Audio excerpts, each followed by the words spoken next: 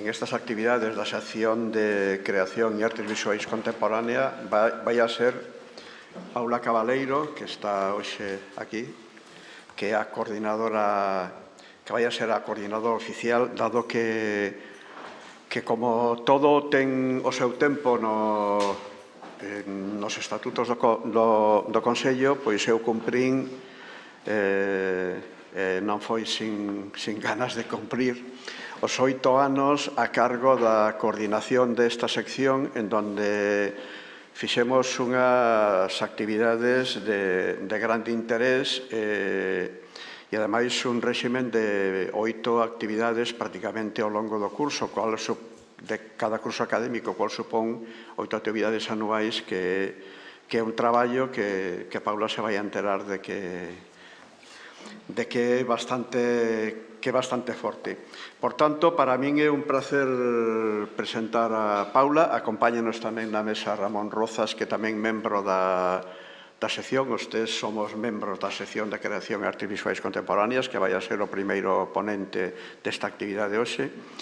Pero, como decía, doulle o relevo desta maneira pois a Paula ao cargo da coordinación da sección, e ela sabe que sempre pode contar ca miña colaboración e ca colaboración de todos os membros da sección. Está tamén con nós Sofía Santos, que tamén, igual que eu, iniciou comigo esta andaina na sección, que tamén cumple esos 8 anos, e lle dá relevo a outros que van a entrar a formar parte desta sección.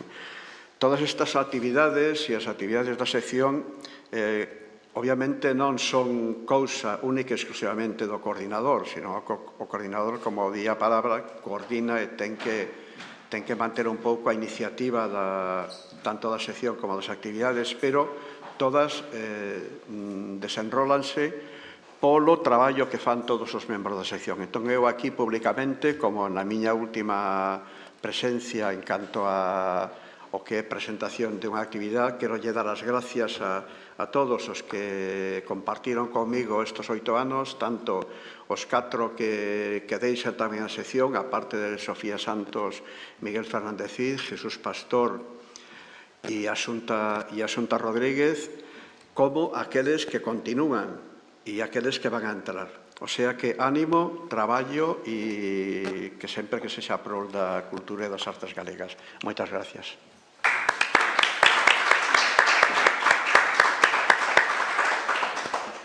Boa tarde a todas e a todos. En primeiro lugar, excusar a presencia da presidenta, que non pode estar por outro acto, pero que sempre acude aos chamamentos desta sección cada vez que programamos algo. Quisera dar unhas palabras de agradecemento cara a Manuel Quintana Martelo por todo o traballo feito como coordinador, polo mimo que puso a fronte dun traballo de equipo que tivo a complicidade e a implicación de tantas persoas, e persoalmente por terme dado tamén esa man de entrada a esta casa, a esta institución. Tomo o testemunho desta tarefa con implicación e responsabilidade, sabendo desa man tendida para esa colaboración e do traballo que van a traer persoas que tamén vayan a entrar novas, máis todas as persoas que siguen, e, por suposto, quero agradecer ás persoas que tamén cesan, como o caso de Sofía Santos, Asunta Rodríguez, Jesús Pastor, Miguel Fernández Cid, por estes 8 anos, que son os máximos que marcan os estatutos desta casa, por todo o traballo realizado, por a complicidade e por o apoio. Así que moitas gracias. Pola miña banda, un aplauso de agradecemento para eles.